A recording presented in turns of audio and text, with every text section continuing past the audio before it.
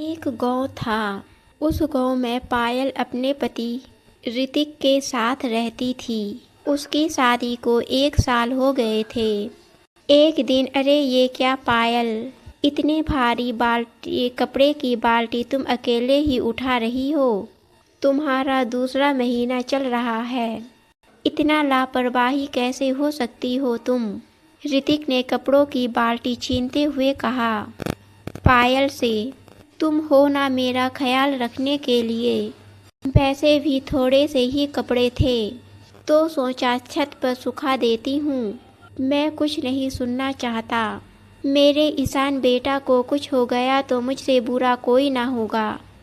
अच्छा जी, आपने तो नाम भी सोच लिया। और अगर गुड़िया हुई तो क्या नाम सोचा है? अरे नहीं, बेटा ही होगा। मैं चाहता हूँ मेरी पहली संतान बेटा ही हो। छोटे वाले भाई को भी बेटा ही हुआ है। मैं परिवार में अपनी इज्जत कम नहीं करवाना चाहता। ऋतिक कहता हुआ कमरे में चला गया। पायल वहीं कुर्सी पर बैठ गई। ऋतिक इतनी दकियानूसी सोच रख सकता है, ये उसने कभी नहीं सोचा था। रात को डिनर भी दोनों साथ मिलकर खाया, पर उनके बीच कोई बात ना हुई। पायल सोच रही थी कि शायद ऋतिक को अपनी गलती का एहसास होगा। वह माफ़ी मांग लेगा तो वो माफ़ करके सारी बातें भूल जाएगी। वो इंतज़ार ही करती रही, लेकिन ऋतिक उठकर सोने चला गया। अगले दिन ऑफिस के लिए तैयार होते हुए ऋतिक ने कहा, आज शाम को मैं जल्दी आ जाऊंगा। तुम तैयार रहना, डॉक्टर के पास चेकअप के लिए जाना है। पर डॉक्टर ने 15 दिन बाद की डेट दी है। चेकअप के लिए तो आज क्यों? अभी तो मेरी तबीयत भी ठीक है। जितना बोला है उतना करो। वैसे भी हम डॉक्टर निशा के पास नहीं, मेरे दोस्त के क्लिनिक जा रहे हैं तुम्हारा भ्रूण परीक्षण करवाने के लिए। इतना सुनते ही पायल के रोंगटे खड़े हो गए, बेसुध हो गई। एक पल तो उसे अपने कानों पर विश्वास ही नहीं हुआ कि ऋतिक ऐसा कर सकता है।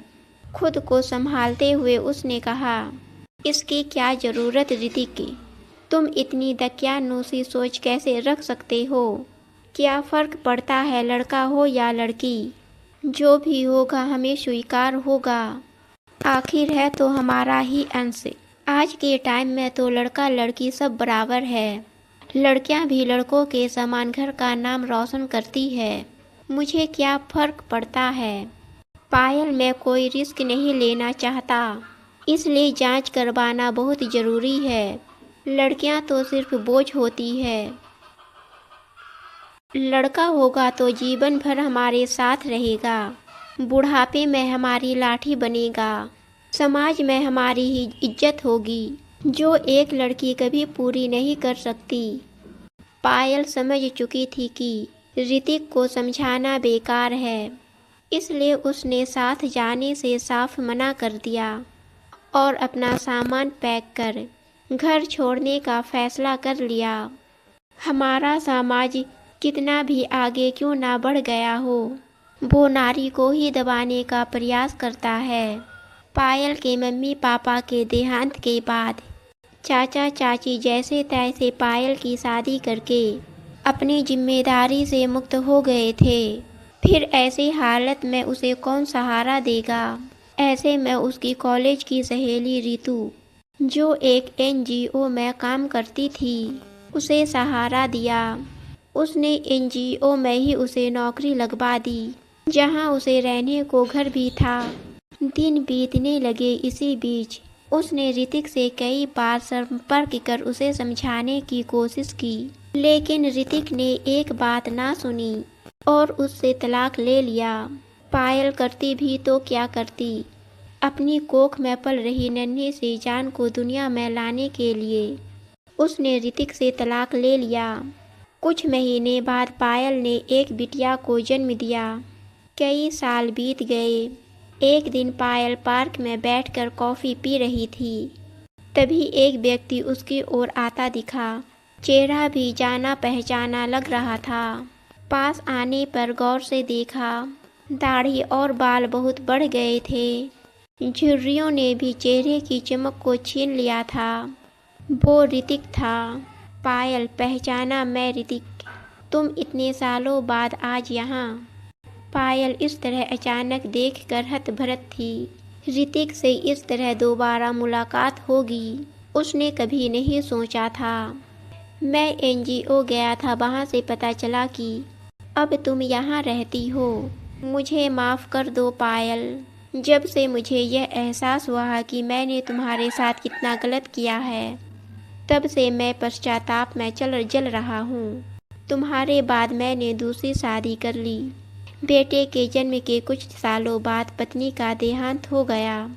मैंने अपना सब कुछ बेटे की परवरिश और उसकी लाड प्यार में लुटा दिया। शादी के बाद अब उसी बेटे को मैं बोझ लगने लगा हूँ, इसलिए मुझे घर से निकाल दिया। ये सब मेरे कर्मों का ही फल है।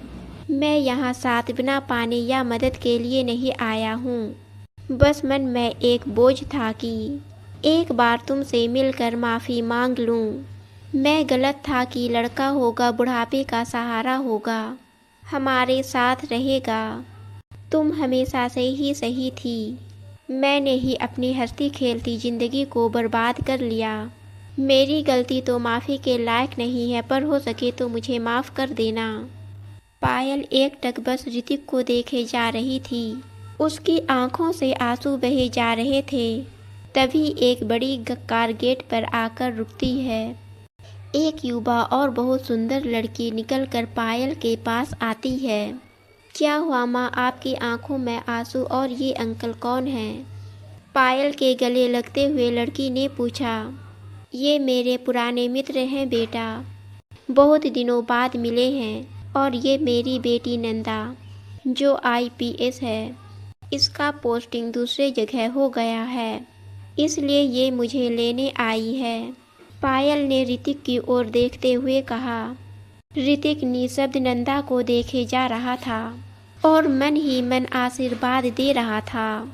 दोस्तों, आज भी दकियानूसी विचारधारा वाले लोग बेटों को ही ज़्यादा तवज्जो देते हैं, लेकिन करुणामयी माँ का भी यह कर्तव्य है कि वह समाज के दबाव में आकर लड़का या लड़की में फ़र्क ना करे, दोनों को समान स्नेह और प्यार दे। लड़का लड़की दोनों ही प्यार के बराबर अधिकारी हैं। दोस्तों, इस कहानी से आपके क्या विचार हैं, कमेंट में ज़रूर बताएं। आपको कहानी पसंद आई तो हमारे चैनल को सब्सक्राइब और वीडियो को लाइक ज़रूर कीजिए।